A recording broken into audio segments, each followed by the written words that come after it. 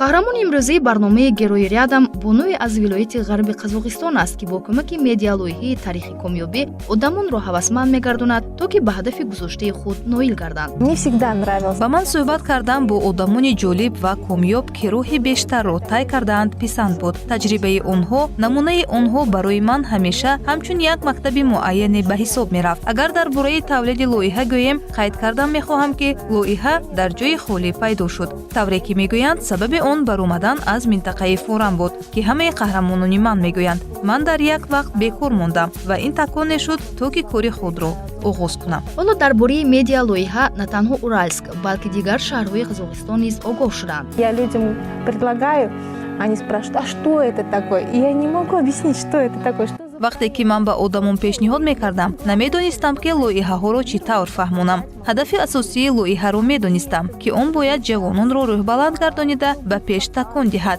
акнун даста дар нақша дорад, ки маҷалларо ба таб расонад, ки он дар бораи комёбии соҳибкорони муваффақ тавассути саҳифаҳои рангаш нақл кунад.